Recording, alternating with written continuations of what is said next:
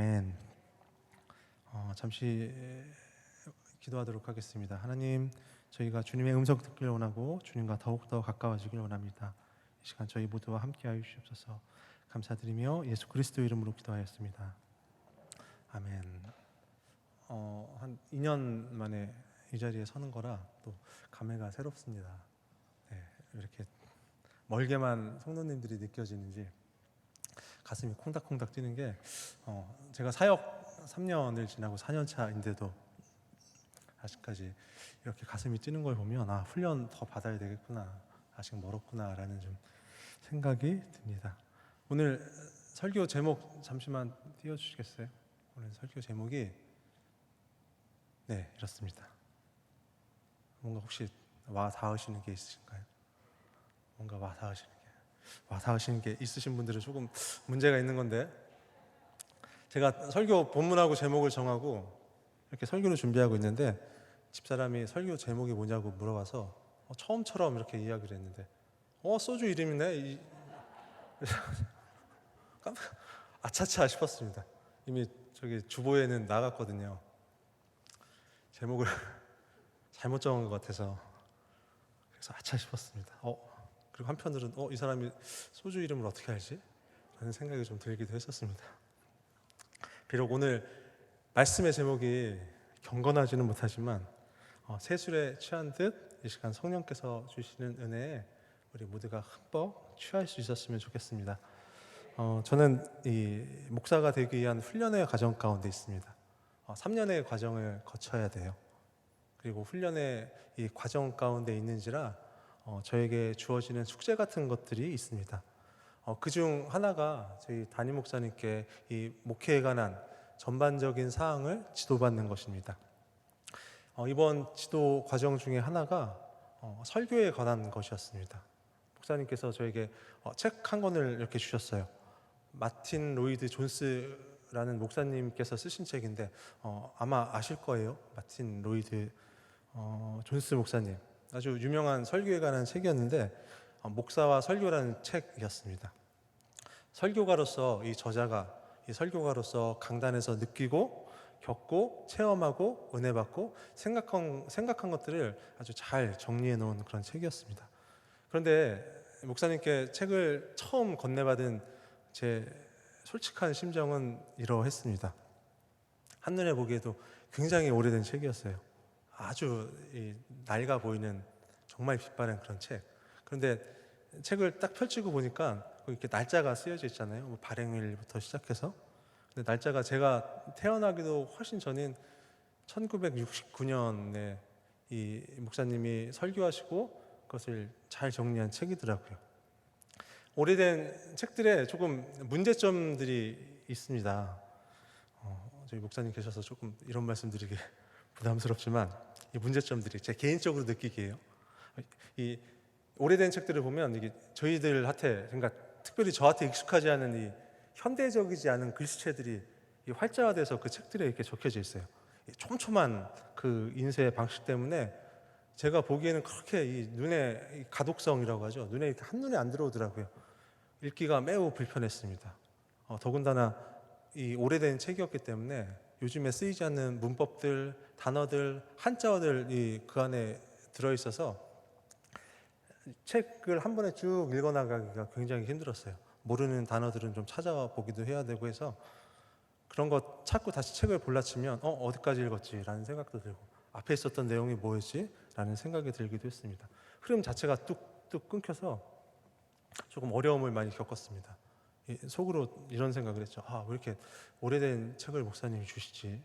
읽으려면 시간 꽤나 걸리겠다. 나를 싫어하시나? 라는 그런 어려운 마음이 조금 들었습니다. 그런데 책을 읽으면서 그러한 저의 생각은 그저 기후에 불과할 뿐이었음을 알 수 있었습니다. 설교에 관해 굉장히 고전으로 알려진 책이에요. 책을 읽어나가면서 좀 이런 점들을 느낄 수 있었습니다. 먼저는 이 젊은 시절에 우리 담임 목사님의 열정을 고스란히 느낄 수 있었어요. 이 밑줄이 하나씩 정성스럽게 이렇게 쳐져 있었고 거기에 또 목사님의 이 친필로 글씨로 이 메모가 적혀 있는 것들도 볼 수 있었습니다. 이 책을 읽으면서 제가 전반적으로 느꼈던 그런 느낌은 지금 읽어도 시대에 전혀 뒤떨어지지 않는 책이다라는 것이었습니다. 제가 수많은 설교에 관한 책들을 저 역시도 접해봤고 읽어봤지만 그 어떤 책들도 이 50년 전의 이 책의 그 한계를 뛰어넘지는 못하는 것 같았습니다. 설교의 철저히 기본을 망라한 책이 바로 제가 읽었었던 그 목사와 설교라는 책이었습니다. 왜 목사님께서 손때 묻은 그 책을 저에게 읽어보라 권하셨는지 알 수 있었습니다. 제가 이 설교의 서두에 이런 말씀을 드리는 이유는 이렇습니다. 우리가 그리스도를 고백하는 사람들로서 기본으로 우리가 다시 돌아가야 할 것 같습니다.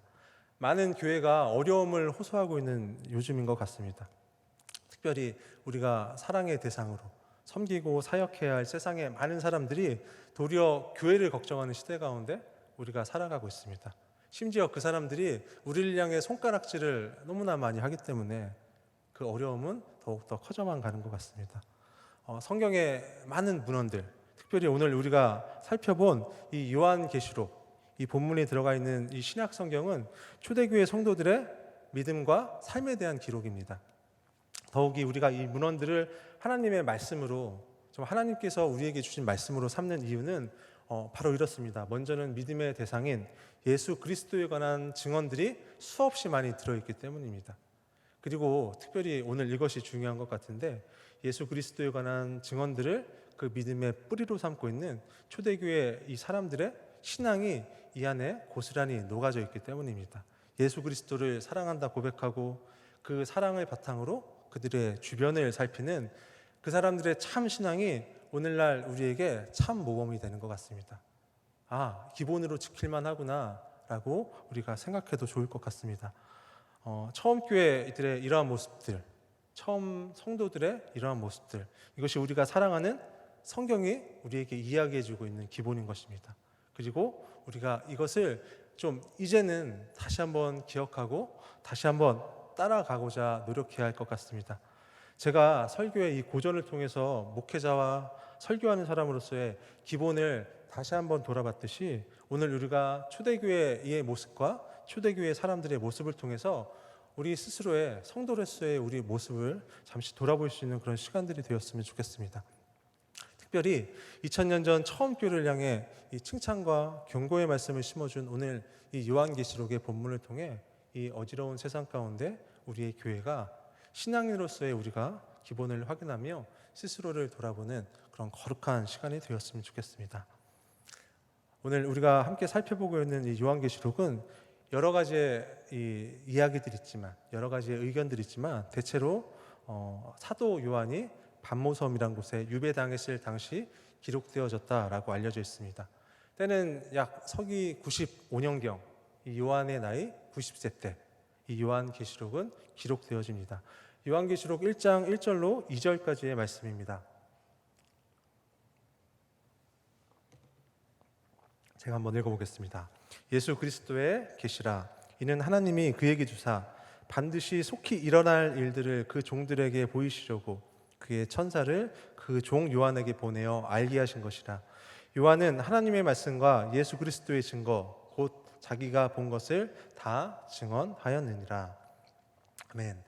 요한계시록의 이 결론적인 내용은 이렇습니다. 하나님이 당신의 독생하신 아들 예수 그리스도 안에서 당신의 뜻을 나타내셨기에 세상에 나타나는 모든 일들, 심지어 그것이 공포가 되었던, 힘든 일이 되었던 하나님께서는 예수 그리스도를 통해 마침내 새 하늘과 새 땅을 그 어떠한 일이 있어도 세우실 것이다 라고 말하고 있는 책이 요한계시록입니다. 그런데 여기에 큰 명제가 하나 들어있습니다. 그것이 무엇이냐면은 타락한 성도는 새 하늘과 새 땅과는 어울리지 않는다라는 것입니다. 즉 그러한 성도, 이 타락한 성도는 하나님께서 베푸시는 구원과는 상관이 없다라는 것입니다. 여러분, 굉장히 떨리는 이야기입니다. 왜냐하면 우리와도 상관이 있을 수 있는 일이기 때문입니다. 이러한 의미에서 오늘 계시록에 나타난 7개의 교회 중에 에베소 교회는 우리에게 조금 특별한 의미로 다가오는 것 같습니다. 하나님께서 에베소 교회를 향해 분명히 잘했다 칭찬하십니다. 그러나 반대로 그 무게를 훨씬 더하여서 잘하지 못하였다 책망도 함께 하고 계십니다. 그리고 그 잘하지 못한 이유를 들어 그들의 교회가 기본을 지키지 않았음을 말씀하십니다.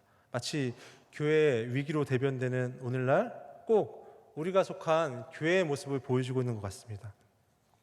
에베소 교회가 속한 이 에베소 지역은 당시 사상과 종교의 도시로 알려져 있습니다. 소아시아 가운데 가장 큰 도시이자 특별히 그 에베소가 항구를 끼고 있는 무역의 도시였기 때문에 상업이 굉장히 발달한 이 도시에는 풍요로움이 날마다 넘쳐났습니다.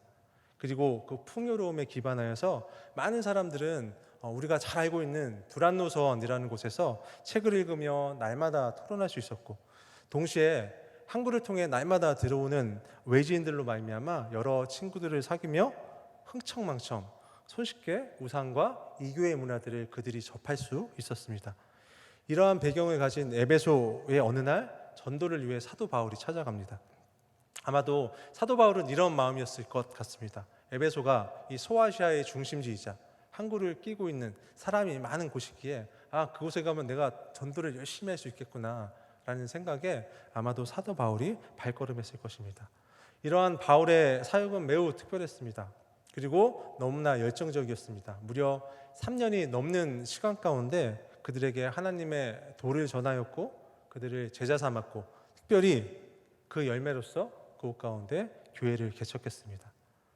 다른 교회보다, 사도 바울이 다녔던 그 어떤 지역보다, 다른 교회보다 더 오랜 시간을 사역하였을 만큼, 그리고 죽기 직전까지도 에베소 교회를 향해 편지를 적었을 만큼 사도 바울의 관심은, 그리고 사랑은 에베소 사람들에게 온전히 있었습니다.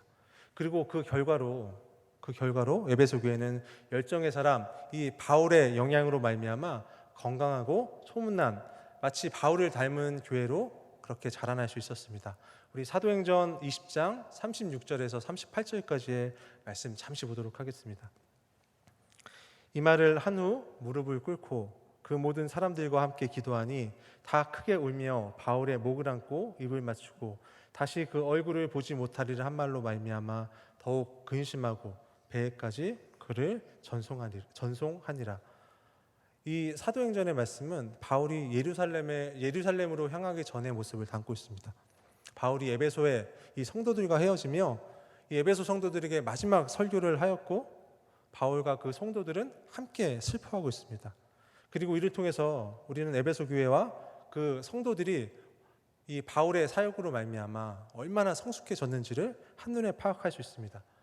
예루살렘에 가면 죽을 수밖에 없는 이 순교를 자청하여 가는 이 바울을 보내며 다시는 볼 수 없는 자신의 사랑하는 가족을 대하듯 아파해주는 이 에베소 교회와 그 성도들의 모습들, 마치 자신의 일인 양 근심하며 울며 바울을 끝까지 전송하는 이 에베소 교회의 모습, 아마도 이런 사랑 많은 에베소 교회의 이 모습들을 통해서, 그 성도들을 통해서 사도 바울이 참 많이 위로를 받았을 것 같습니다. 그리고 특별히 이 사도 바울을 이 예루살렘으로 보내시며 참 마음 아파하셨을 하나님 역시도 큰 위로를 받으셨을 것 같습니다. 사랑이 풍성한 교회와 이 성도의 모습, 서로 전심을 다해서 아픔을 나눌 줄 아는 이 교회와 성도의 모습, 바로 하나님께 갚을 수 없는 은혜를 입은 교회가, 그리고 성도가 지녀야 할 가장 기본적인 모습, 그 모습을 지금 에베소 교회가 보여주고 있는 것 같습니다. 이런 사랑 넘치는 우리 천안 대성교회가 되었으면 좋겠습니다. 그리고 우리 성도님들이 되셨으면 좋겠습니다.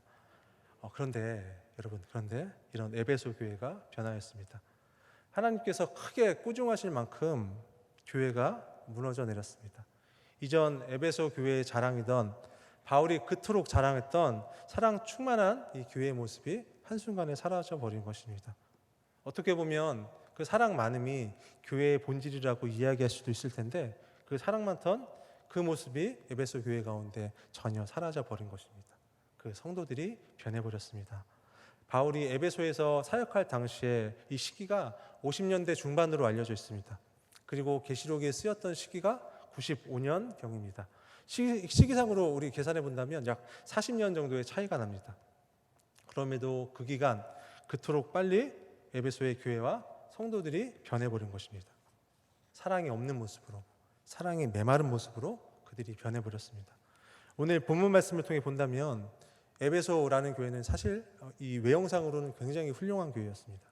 남들이 부러워할 만큼 꽤 괜찮은 교회가 바로 에베소 교회였습니다. 우리 본문 오늘 함께 읽어본 본문 2절과 3절 말씀 다시 한번 보도록 하겠습니다.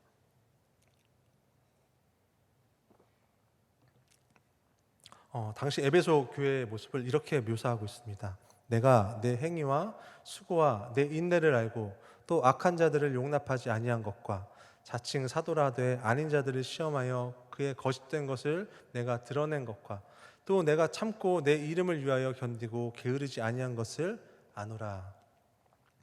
외형상으로만 본다면 에베소 교회는 칭찬받아 마땅한 교회였습니다. 하나님도 분명 에베소 교회의 이런 모습들을 잘 알고 계셨을 것입니다. 그리고 이러한 모습들을 보신 하나님께서는 그들에게 잘했다 칭찬하십니다. 오늘 말씀을 잠시 가만히 살펴보면 그들에게 이런 모습들이 있습니다. 교회를 위해 날마다 애쓰는 그들의 모습, 또한 많은 어려움 속에서도 교회를 위해 인내하고 있는 모습, 이러한 행위들을 하나님은 분명히 기억하고 계셨습니다. 더욱이 하나님은 크게 칭찬하신 것이 하나 있는데 그들에게 더욱더 많은 칭찬을 주시는데 에베소 교회가 이단들과의 싸움에서 굉장히 열심을 냈다라는 것입니다. 앞서서 말씀드렸다시피 에베소 교회는 한구를 가진 이 사상과 이 종교의 도시답게 이단의 사상으로부터 끊임없이 공격을 받던 그런 교회였습니다. 심지어 이런 문제는 바울도 잘 알고 있었습니다. 에베소 교회의 이 고별 선교 가운데 바울은 이러한 문제로 크게 걱정하던 모습을 우리에게 보여줍니다. 사도행전 20장 30절 말씀입니다. 이 고별 설교 가운데 에베소 교회 가운데 이런 주의를 줍니다. 또한 여러분 중에서도 제자들을 끌어 자기를 따르게 하려고 어그러진 말을 하는 사람들이 일어날 줄을 내가 아노라. 바울이 특별히 이 부분에 대해서 언급할 만큼 그들에게 있어 이단의 문제는 심각하였고 너무나 대견하게도 이단들의 공격과 어려움 가운데 이 에베소 교회는 특별히 구별되는 모습을 보입니다. 그들은 이단의 사상을 잘 구별하였고 알곡 가운데 가라지들을 잘 뽑아냈고 그리하여 이단들로부터 성도들을 잘 보호하는 그런 교회였습니다. 굉장히 어떻게 보면 훌륭한 사역이었습니다. 하나님도 그 모습을 보시며 에베소 교회가 당신의 이름을 위하여 견디고 게으르지 않았다라고 칭찬하고 계십니다. 그런데 그것이 전부였던 것 같습니다. 그저 교회의 흔적과 외형만을 지키기 위한 노력, 그것이 전부였던 것 같습니다. 이전에 이 에베소 교회의 모습을 생각해 보시기 바랍니다. 주님을 사랑한다 날마다 고백하고 감격하며 그 사랑의 표현으로 서로 돕고 사랑하는 그 모습을 에베소 교회가 보여주었습니다. 그런데 그 모습이 사라져버린 것입니다.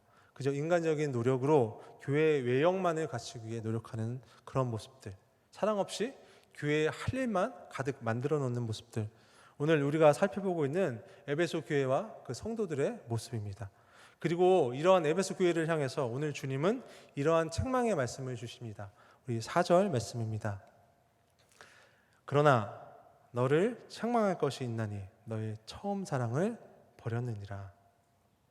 그들을 향해서 주님께서 그리고 그 성도들을 향해서 주님께서 이런 말씀을 주십니다. 그들이 사랑을 버렸다. 너희들이 가지고 있던 사랑을 너희들이 버렸다라고 말씀하십니다. 에베소 교회가 그들 가운데 악한 것들을 분명 다 제거했습니다. 잘 정돈된 신학이 그들에게 있었고 잘 정리된 교리의 체계들이 그들 가운데 있었습니다. 하지만 그 40년이라는 시간 가운데 그런 것들은 남겨두되 사랑은 그들이 잃어버린 것입니다. 교회의 본질적인 모습이 그들에게 사라져버린 것입니다. 사실 에베소 교회가 보여준 수고와 인내, 부지런함, 이단들을 용납하지 아니하는 것, 이러한 것들은 우리가 한번 생각해 보면 사랑이 없는 상태에서도 얼마든지 가능한 것들입니다. 그냥 늘 해왔던 일들, 내가 아니면 할 사람이 없어서, 또는 남들이 다 하는 일들 내가 빠지면 좀 그러해서, 또는 누군가 나에게 시키니까 마지 못해, 이러한 모습들은 정말 기쁨이라고는 전혀 찾아볼 수 없는 그런 일들입니다. 이러한 일들이 우리 교회 가운데 얼마나 많이 있습니까? 이러한 일들 그저 교회 외형만 있다면 굳이 사랑이 없어도 얼마든지 시행할 수 있는 일들입니다. 결혼의 모습들을 여러분 한번 생각해 보시기 바랍니다. 사랑 없이 그저 외형만 유지되는 결혼, 그게 과연 진정한 부부의 삶이겠습니까? 하나님을 향한 이 사랑의 고백 없이 그저 형식적인 예배만 남은 그 신앙, 그것이 온전한 신앙이겠습니까? 예수 그리스도가 계시지 않는 교회, 그것이 어찌 교회라 할 수 있겠습니까? 주님은 오늘은 그러한 것들이 교회의 기본 본질이 아니다라고 오늘 말씀하고 계십니다. 사랑하는 우리 귀한 성도 여러분, 오늘 계시록의 말씀을 여러분과 나누고자 하는 이유는 꼭 이 에베소 교회의 모습이 오늘날 우리들의 교회의 모습을 보는 것 같아서입니다. 지난 과거 참 풍요로운 이 교회의 시절들이 있었습니다. 마치 이 요셉의 7년의 풍년, 7년의 흉년이 생각나는 듯한 이 큰 7년의 풍년과 같은 우리네 교회들의 모습들이 있었습니다. 그러하다면 반대로 오늘날의 모습을 한번 생각해 보시기 바랍니다. 이 풍년의 모습은 온데간데 없이 그 반대의 모습, 큰 흉년의 이 모습을 지닌 교회들이 너무나 많아진 요즘의 시대를 우리가 살아가고 있습니다. 오늘날 많은 교회들, 이 계시록의 이 에베소 교회 같이 그 어느 때보다 교회의 외형이 정말로 훌륭합니다. 신학적인 알미 풍성합니다. 이 교리가 정말 너무나 잘 정리되어 있습니다. 많은 교회들이, 정말 수많은 교회들이 세상 사람들이 너무나 부러워할 만큼 화려한 건물들을 가지고 있습니다. 아는 것이 너무나 많습니다. 이단이 누구이며 어떻게 그들을 용납해야 하는지, 어떤 것들을 해야 하는지, 어떤 것들을 하지 말아야 하는지 너무나 잘 알고 있습니다. 그러나 교회에 사랑이 없으므로 수많은 교회들은 안으로는 매우 궁핍한 생활 가운데 그런 시대를 보내고 있습니다. 하나님은 오늘 교회들을 향해서 우리를 향해 이러한 말씀을 주십니다. 5절 말씀입니다. 그러므로 어디서 떨어졌는지를 생각하고 회개하여 처음 행위를 가지라. 만일 그리하지 아니하고 회개하지 아니하면 내가 내게 가서 내 촛대를 그 자리에서 옮기리라. 사랑하는 성도 여러분, 우리의 처음 신앙이 회복되어야만 합니다. 오늘 성경을 교훈 삼으시길 바랍니다. 그리고 에베소 교회 이 성도들의 모습을 거울 삼으시길 바랍니다. 과연 어디서부터 잘못되었는지를 생각하시고 아울러 진정한 사랑이 없음을, 우리에게 사랑이 없음을 회개하시고 다시 교회와 성도들의 처음의 모습을 찾기 위해 노력하시길 바랍니다. 주님을, 우리 하나님을 나를 드러내는 이 명함과 같이 이용하시려는 것이 아니라 진정한 믿음으로 고백하시고 사랑하셔야 합니다. 또한 주님을 사랑한다면 그 감격으로 주님을 사랑하듯 내 이웃을 인내하며 돌보고 사랑해야 합니다. 나를 통하여 주님의 모습이 드러나야만 합니다. 교회가 왕성했을 때는 분명 교회 안에 사랑이 넘칠 때입니다. 그러나 교회가 빈궁하다면 분명 그 안에 사랑이 없는 것입니다. 그리고 교회와 성도 안에 사랑이 없다면 곧 하나님의 촛대, 즉 하나님의 함께 하심은 우리와 전혀 상관없는 일이 되어버립니다. 제가 잠시 한 이야기를 들려드리겠습니다. 하나님께 은혜 입은 에베소 교회가 그 결과로서 바울과 함께 이 사랑으로 그 은혜를 표현하였듯이 은혜 입은 교회와 성도가 어떠한 모양으로 사랑해야 하는지 이 이야기를 들으시며 한번 생각해 보셨으면 좋겠습니다. 어떤 선교사님이 이 선교 사역지로 가던 도중에 한 여인의 비명 소리를 듣게 되었다고 합니다. 무슨 일이지? 궁금하던 이 선교사님이 뒤를 돌아보니 이러한 일들이 벌어지고 있었습니다. 아들이 이 노예로 끌려가는데 아들 노예 엄마가 노예 상인을 붙잡고 주인님, 나도 내 아들과 함께 사가십시오라고 애걸복걸하는 장면을 이 선교사님이 목격하게 되었다고 합니다. 엄마 노예는 그 상인에게 우리 모자를 함께 사가시면 우리가 주인님을 위해 최선을 다해 열심히 일하겠습니다 라고 울며 불며 매달리고 있었고, 그 장면을 이 선교의 길을 떠나던 선교사님이 목격하게 된 것입니다. 그러나 그 상인은 너무나 매몰차게 안 돼라고 하고 아들 노예만을 끌고 가려고 하였고, 이 엄마는 자신의 생명을 다해 전심을 다해 그 상인의 바짓가랑이를 붙잡고 조르게 되었습니다. 엄마도 크게 슬픈 상황, 아들도 크게 슬픈 상황. 이 선교사님이 목격한 이 상황은 한 번 헤어지면 다시는 만날 수 없는 정말 슬픈 그런 상황이었던 것입니다. 이 운명의 장난과도 같은 이 일을 지켜보시던 선교사님은 이윽고 정말 이 안쓰러운 마음이 들어서 자신의 주머니에 있던 이 자신의 선교를 떠나기 위해 받아가지고 왔던 선교원금을 모두 털어서 이 두 모자를 함께 사가지고 집으로 돌아갔고, 이후 시간이 흐른 뒤 선교지로 함께 떠났다고 합니다. 세월이 흘러서 선교사님은 그들에게 복음을 전하였고, 그들은 잘 성장하여서 선교사님과 함께 이 복음의 사역을 하는 동역자가 되었습니다. 그러던 어느 날 이번에는 이 여인의 비명소리가 아니라 선교사님의 비명소리가 들려오게 되었습니다. 그 이유는 과거 엄마 노예의 신분이었던 이 여인과 선교사님이 함께 전도 여행을 하던 중에 풀밭을 가던 이 선교사님이 그만 독사에 물려버렸던 것입니다. 이윽고 독사에 물려 실신하게 된 선교사님이 이 다리에 이빨 자국, 독사 이빨 자국이 난 채로 쓰러지자 이것을 목격하게 된 이 엄마 노예는 달려가서 입을 대고 독사에 물린 그 선교사님의 상처 부위를, 이 상처 부위의 독을 입으로 쪽쪽 빨아내게 되었습니다. 어느 정도 시간이 흐른 뒤 이 거의 죽어서 쓰러져 있던 이 선교사님이 눈을 뜨고 보니 자신은 살아있고, 자신을 대신해서 자신의 몸속의 독을 입으로 빨아내던 이 엄마 노예는 그만 얼굴이 퉁퉁 부은 채로 자신의 옆에서 그렇게 죽어 있었습니다.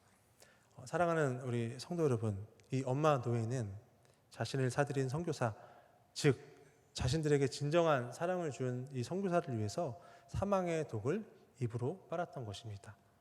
오늘 말씀을 통해 들었던 사랑이라는 용어는 마치 하나님께서 우리에게 주신 크고 어려운 일이라고 우리가 생각할 때가 있습니다.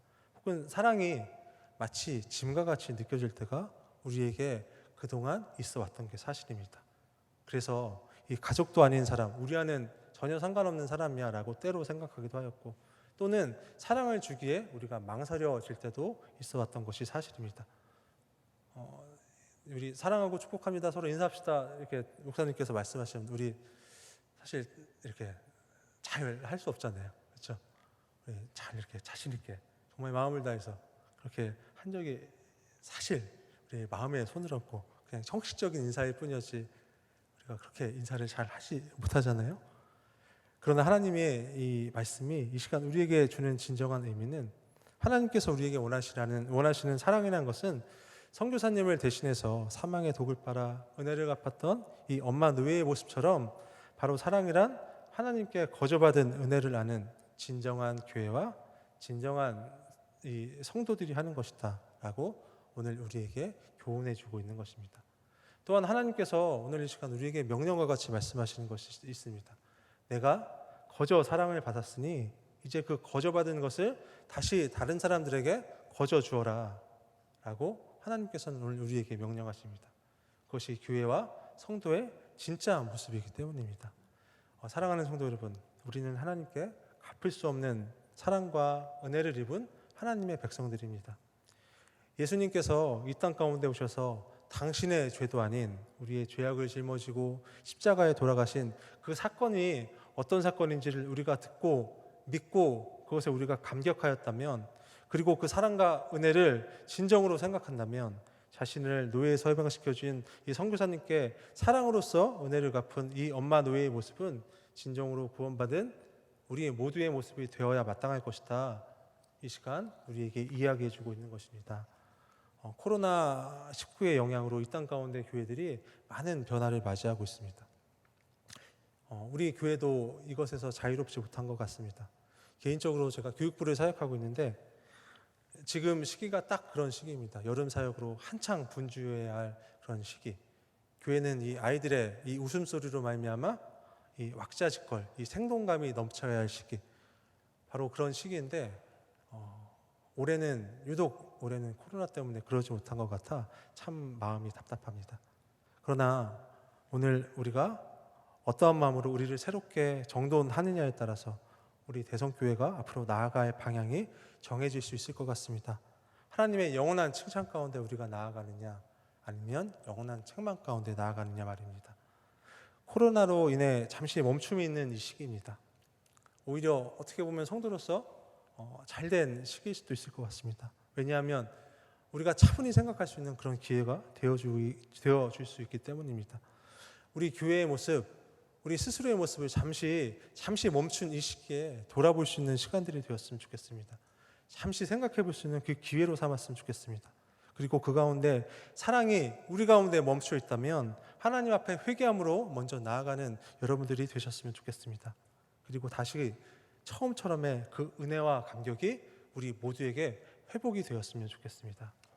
이 시간들을 통해 주님을 사랑한다 다시금 결단하시고 다짐하시며 바울과 함께 했던 당시에 에베소 교회 교인들이 그러했던 것처럼 또한 함께 모여 서로를 아껴주고 사랑하며 서로를 위해 희생하기를 꿈꾸는 그런 교회와 우리 모두가 되기를 간절히 소망합니다. 그저 형식으로 모이는 것, 여러분 그런 것 이제 하지 않았으면 좋겠습니다. 자신들의 생각만을 앞세우는 것, 이제 그러한 것들 우리 하지 않았으면 좋겠습니다. 다시 오실 그 주님께서 우리와 우리 교회에 베푸신 그 사랑을 여러분 기억하시고 또한 우리에게 베푸신 특별히 우리 스스로에게 우리 각자에게 베푸신 그 사랑을 기억하시며 그 사랑을 앞세워 사랑 많은 바른 교회를 세우시는 이 시간들이 되시기를 바랍니다. 다시는 주님 앞에 제가 변하지 않겠습니다 다짐하시는 그런 시간들이 되시기를 간절히 소망합니다. 이런 사랑 많은 교회에 사랑 많은 우리 모두에게 주님은 분명히 다음과 같이 약속하십니다. 우리 7절 말씀입니다. 우리 7절 말씀은 여러분들의 아름다운 목소리로 한번 읽어주시기 바랍니다. 시작.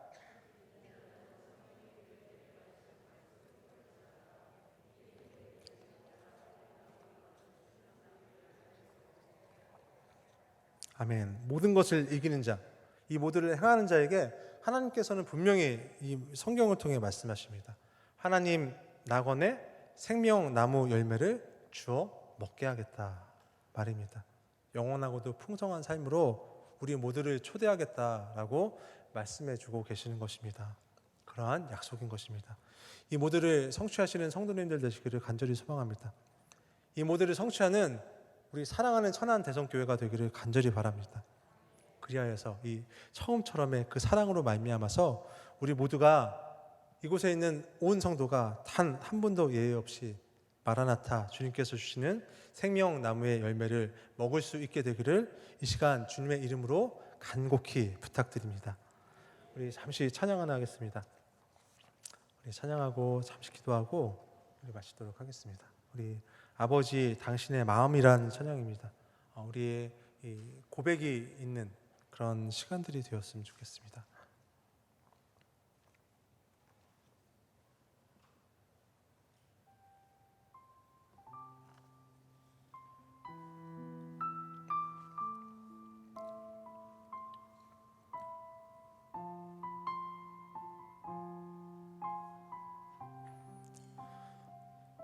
아버지 당신의 마음이 있는 곳에 나의 마음이 있기를 원해요.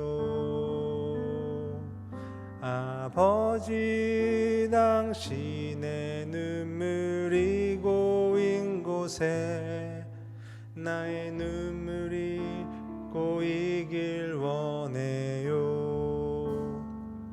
아버지 당신이 바라보는 영혼에게 나의 두 눈이 향하길 원해요. 아버지 당신이 울고 있는 어두운 땅에 나의 두 발이 향하길 원해요. 나의 마음이 아버지의 마음 알아. 내 모든 뜻 아버지의 뜻이 될 수 있기를 나의